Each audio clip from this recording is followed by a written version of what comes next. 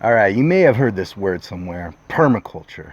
It happens to be thrown around in homesteading, off-grid, gardening circles, but many people don't quite know what it is. What is permaculture? Well, I'm going to tell you that right now in this video, what permaculture means to me.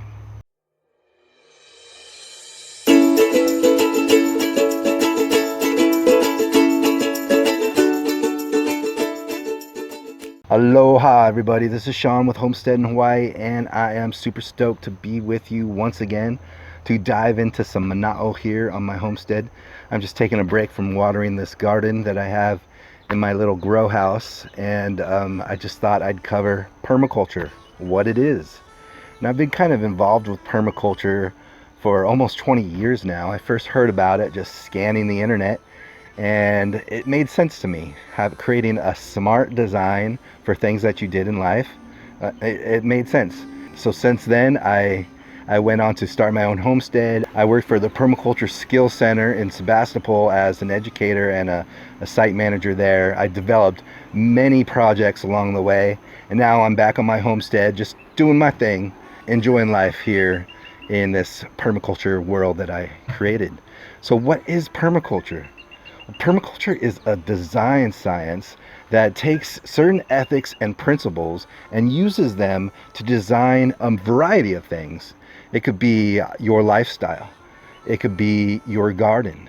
It could be your work, how you design a building, how you design water systems. Whatever you can design, you could use the permaculture ethics and principles in order to design it.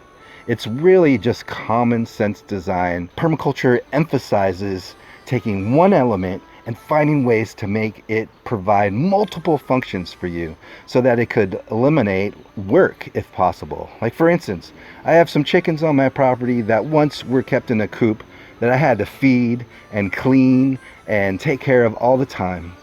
And they provided me some eggs, but really not that much. Until one day I just said, to hell with it.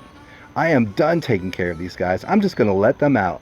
And in fact, now that I let them out, I don't feed them at all. They clean up my compost and my pest problems. They feed themselves. They do whatever they want and provide me more eggs and more meat than I could ever hope for before. So that is a really cool thing that I was able to design into my system after thoughtful observation and using the principles and ethics involved to see how I could raise these creatures in a way that not only was beneficial for me, but beneficial in the way they wanted to live as well. And now we're both winning.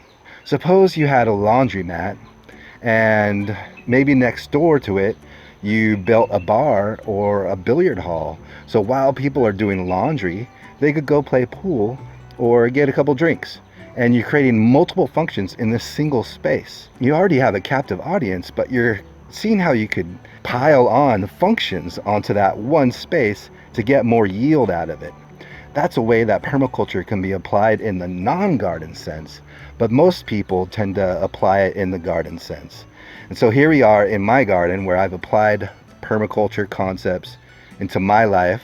I really feel like permaculture is when we think about the ethics and the principles that we really come back to believing that the right way to live is one that's closer to the earth. And that's why I chose to have my principles show forth in the garden. That's my choice. It may not be yours. You may decide to implement permaculture in another way, but we need all sorts of people practicing the permaculture design science to be able to apply it in all sorts of things in life.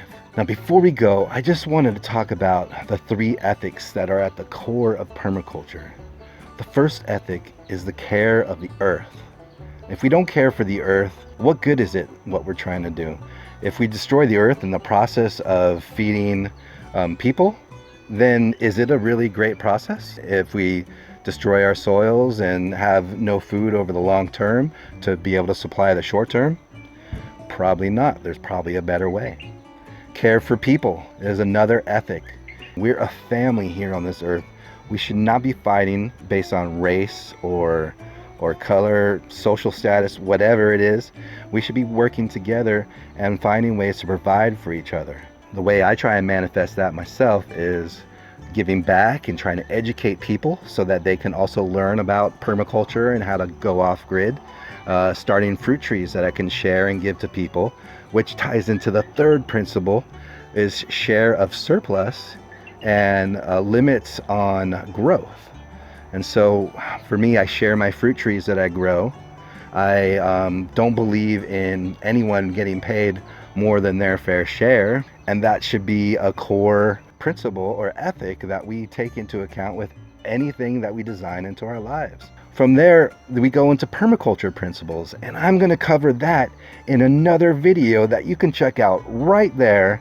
And be sure to learn about permaculture principles.